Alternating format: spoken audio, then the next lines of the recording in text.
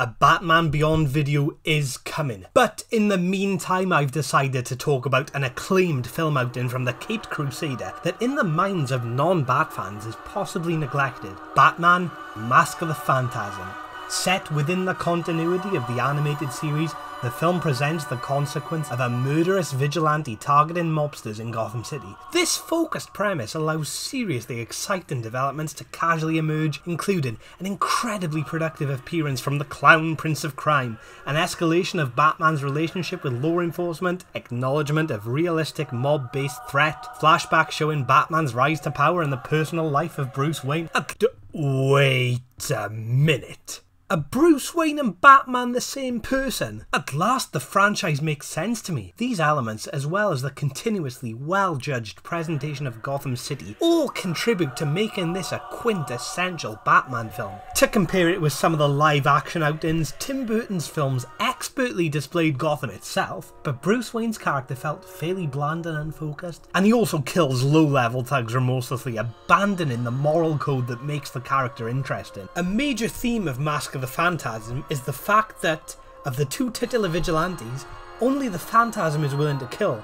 This separation wouldn't exist in the Burton universe, where Batman's a totally willing killer. Batman and Robin is not even worth mentioning on this video.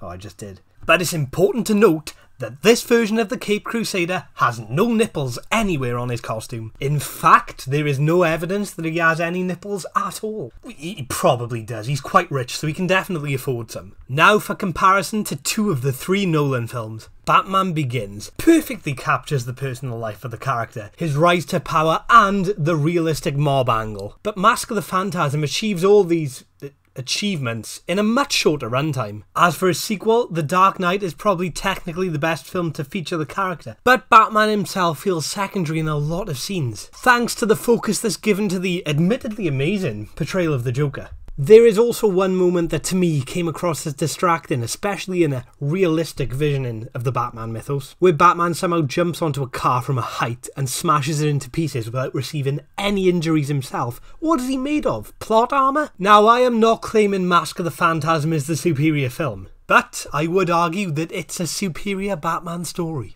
It's consistent in its realistic portrayal of the character's physical vulnerability, and exhibits a plentiful and effective appearance from the Joker that places him in a slightly unexpected but nonetheless wholly logical role. Mask of the Phantasm almost feels like the Batman Begins film before Batman Begins and the Dark Knight film before The Dark Knight. That was actually the original title, but it couldn't fit on the posters. 1993's Batman Mask of the Phantasm is a detailed, fast-flowing film with an entrancing score that sophisticatedly equips all the darkness, tension and character depth the premise offers, while displaying incredibly polished animation and brilliantly placed plot twists. Cleverly, most of the conflict is placed on Batman himself as well. Batman is hunted by the police because of physical similarities with the Phantasm, meaning it's his well-being in jeopardy rather than the city as a whole. Although, if the police are hunting people who are comparable to the Phantasm, I don't understand why Darth Vader never became a suspect. There's a much stronger resemblance there.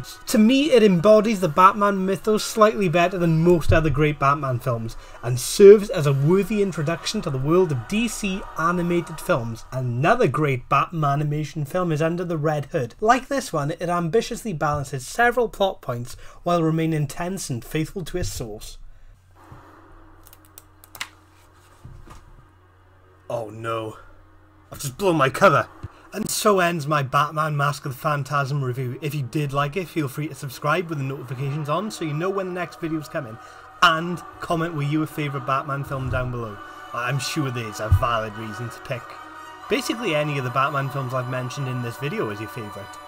Well, there is one exception, but you know what? I'm willing to hear opinions on that too.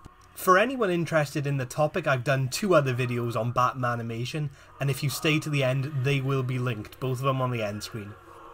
Thanks for watching, and if I don't see you on the next video, then I know it's not because you're watching Batman Mask of the Phantasm. It's just over an hour, it doesn't take much timer.